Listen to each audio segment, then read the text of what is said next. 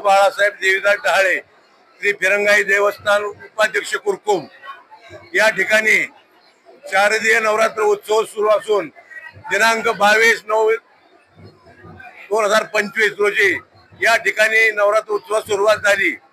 परंपरेप्रमाणे 22 तारखेला सकाळी आईसाहेबांचा अभिषेक झाला। त्यानंतर दुपारी घटस्थापना होऊन पालखी निघाली। पालखीने खालच्या मंदिराला प्रदक्षिणा घालून वरच्या मंदिराकडे जाऊन वरच्या मंदिरातील घटस्थापना पूर्ण करून पुन्हा पालखी खाली आली।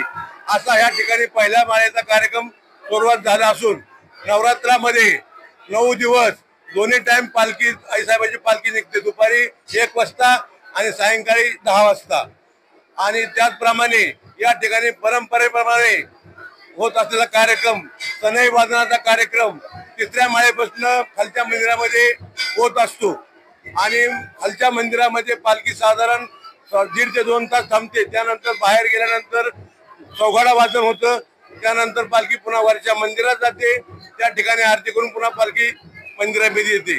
त्याचप्रमाणे आईसाहेबांचा 5वी आणि 7वी माळ हा मुख्य दिवस धरला जातो। 7व्या माळेला महाराष्ट्राच्या कानाकोपऱ्यातून फार तर कर्नाटक, गुजरात, मध्य प्रदेश मधून भाविक येत असतात। त्याचप्रमाणे ही फिरंगाई माता ही नवसाला पावणारी असून या ठिकाणी जो भी भाविक आलेला आहे आणि या ठिकाणी येऊन त्याने जो संकल्प केला त्याचा पूर्ण झालेला आहे। आणि आजपर्यंत आम्हाला जो भाविकांना प्रतिसाद मिळत आहे आणि या ठिकाणी आम्ही भाविकांकडून मिळलेल्या देणगीमधून दर्शन बारीची सोय केली असून गेल्या 10 ते 15 वर्षापासून आईसाहेबांच्या जीर्णोद्धाराचा कार्यक्रम करत आहोत। त्याचप्रमाणे आता पुढील महाद्वाराचं काम सुरू होत आहे आणि भाविकांचा चांगल्या प्रकारे आम्हाला प्रतिसाद मिळत आहे। तरी आपल्या या प्रसार माध्यमातून आमच्या फिरंगाई मातेचा जो प्रसिद्धी व्हायला पाहिजे होती आणि ते आपल्या माध्यमातून होत आहे, त्याबद्दल आम्ही तुमचे आभारी आहोत।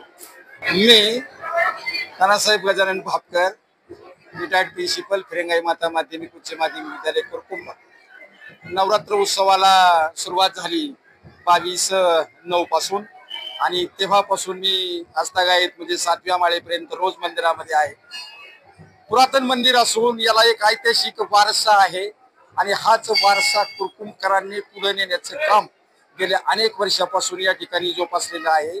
पुरातन मंदिराचा जीर्णोद्धार करून हे मंदिर पुढे आणखी हजारो वर्षापर्यंत अनेकांना पाहता यावं, मंदिरामध्ये दर्शन घेता यावं, आई जगदंबेचा आशीर्वाद घ्यावा यावा म्हणून या ठिकाणी असणारं फिरंगाई देवी देवस्थान ट्रस्टचे सर्व पदाधिकारी, सगळे सेवेकरी मंडळी, मानकरी मंडळी, सेवेकरी मंडळी या ठिकाणी सकाळी अगदी 4 पासून अगदी रात्री 10-11 वाजेपर्यंत या ठिकाणी तटस्थ असतात। अनेक प्रकारच्या सेवा या ठिकाणी यांनी उपलब्ध करून दिलेल्या आहेत। दर्शन रांगेची सेवा उपलब्ध करून दिली, त्यामुळे ऊन वारा पावसापासून निश्चितपणे भाविकांना संरक्षण मिळतं।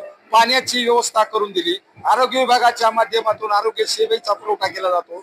लोकांना एक चांगल्या पद्धतीने शिस्तबद्ध दर्शन घडावं, चोरीमारी कुठे इथं घडू नये म्हणून कुरकुम पोलीस स्टेशनच्या माध्यमातून, अनिरुद्ध बाबा यांच्या माध्यमातून स्वयंसेवक आणि पोलीस डिपार्टमेंट या ठिकाणी कार्यरत असतात।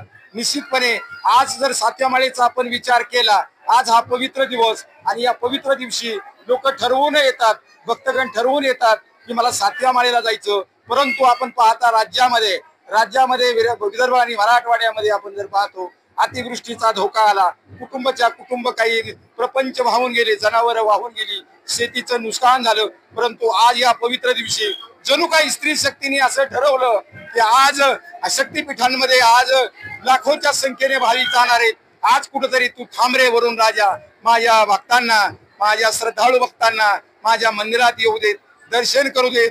ज्या प्रेमाने ज्या भक्तीने ती माझ्या मंदिरात आली, ज्या सुखरूपतेने मंदिरात येणार आहेत त्याच सुखरूपतेने ते त्यांच्या घरी जाऊ देत।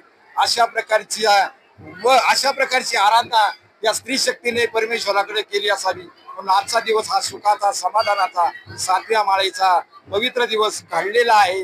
निश्चितपणे आपण या ठिकाणी आमच्या बाईट घेऊन आमच्या जगदंबेची ख्याती महाराष्ट्रभर पोहोचवण्याचं काम तुमच्या सारख्यांच्या माध्यमातून निश्चितपणे घडते। मी तुम्हालाही